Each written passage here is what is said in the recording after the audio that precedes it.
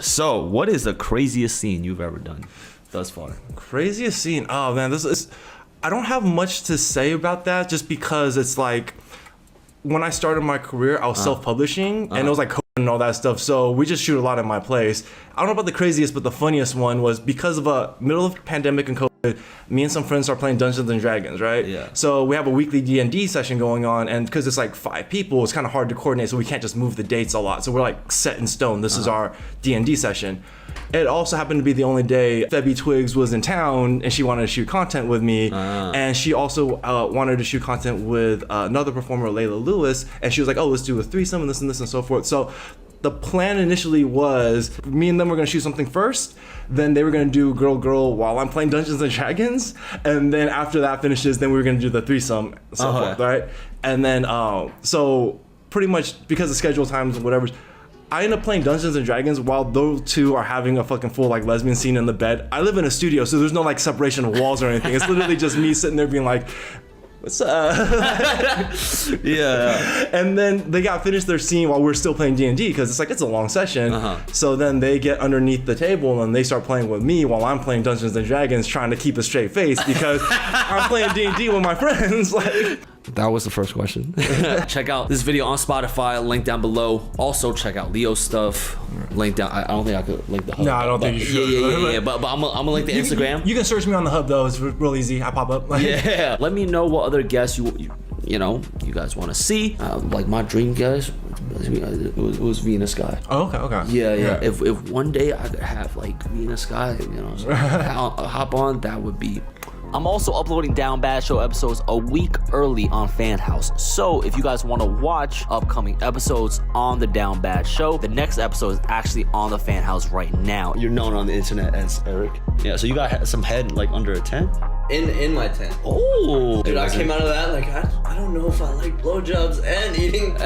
So you could join by clicking on the first link down below. Oh man, did you concentrate on the game? Was the focus still intact? Oh yeah, no, I mean, I was able to focus on 2 things. Luckily, D&D is a team effort, so the team was carrying me through while I was preoccupied. Yeah. And when it came to the important stuff, it was like, I also play a monk class, so it's really simple. I just run up and punch them, so it's very much easy. Like it's like punch them, and then like right back to doing what I'm doing down there. Damn, was this recorded? Everything? Actually, yeah, they did record it. There is some footage of it of you just playing and you just getting.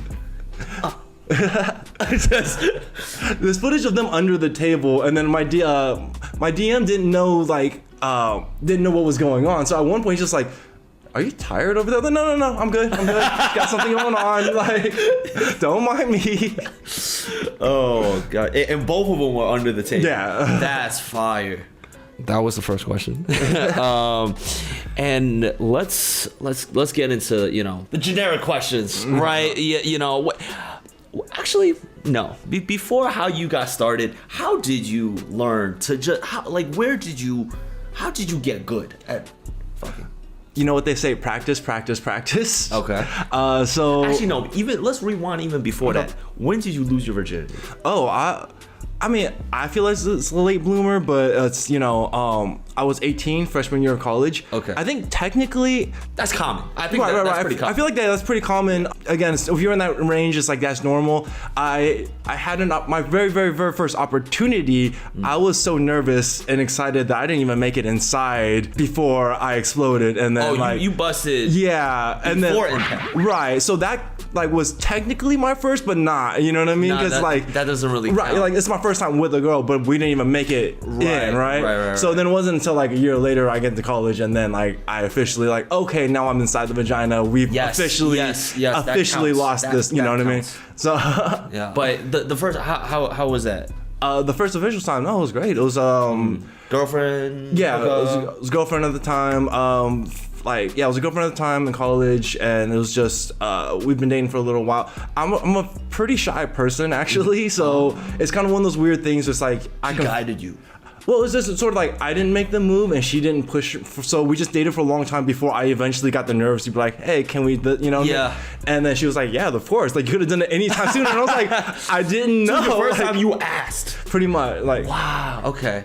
Part of it's just like I grew up in a place that didn't have a lot of I grew up in the Bay Area, but in a part of the Bay Area that didn't have a big Asian community. Okay. So I was always kind of odd man out, right? And then as a kid being teased for being Asian in Western society, it just kind of, it affected my self-esteem, like sexually, in a way that I was just a lot more shy about making those moves when it came to women, you know? Yeah. Did you, I mean, was your friend circle Asian? Was your friend circle white? No, back then, my friend circle was mostly white, just because there wasn't a lot like nerdy white kids. No, that played Dungeons and Dragons. no. There just wasn't a lot of Asian people around, and so I just hung out with the people that had similar interests and stuff that I did. Yeah.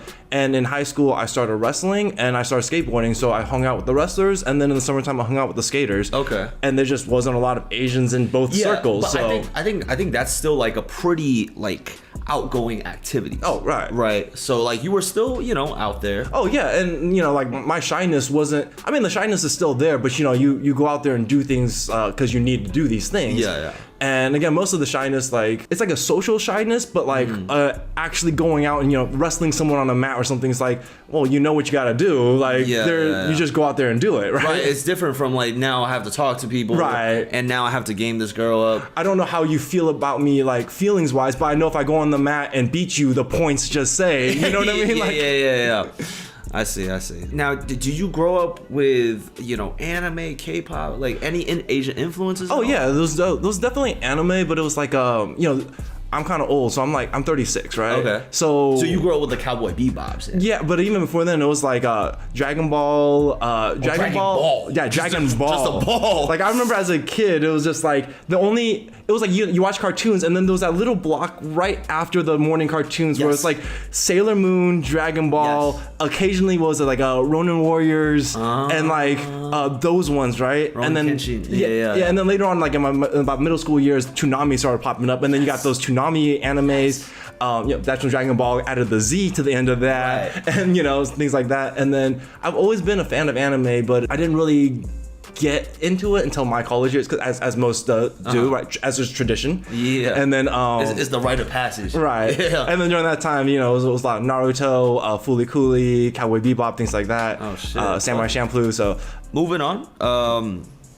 Now you talked about your shyness, right? Okay. How did the girlfriend help you slowly overcome that, or was it yourself? Was it like, how did you blossom in college? It was definitely me. I mean, it helped having, you know, it helped losing your virginity to someone that you thought was really attractive and all this other stuff. Yeah. But for the most part, it was eventually me being comfortable with just being me, right? Who I am. Right. And that part of it was a sort of not focusing so much on dating and getting laid, but just focusing on me and like what I wanted to be, who I wanted to be, and what I wanted to achieve in my life. You know, when I was in high school, it was I wanted to wrestle, right? So I focused all on that. And by the end of my senior year of high school, even though all I did the entire time was just focus on wrestling, I was like nominated for Homecoming King. I was like all these things that like the signs that you are popular, right? Oh. And it's like that wasn't me trying to be popular. It was me just focusing on being the best me, and who I was at the time was this. And then translating that over to college, where it's like, okay, I stopped wrestling in college, but I just started skating, and I was just gonna be like, and then me finding my place in the skate community out there and all that stuff made me confident of who I am as an individual, which just like helped attract women, because, you know, attraction is more than just the way that you look. There's a kind of an aura about you that makes people attracted to you, that like they want to get to know more about you. Right. And confidence is a huge part of that. And when you have that confidence, people just like, you know, you're minding your own business and people just like are attracted to you. You just get it, bro. I'm not gonna lie, you just get it, man. You just like explained everything that I vouched for in just one little nugget right there.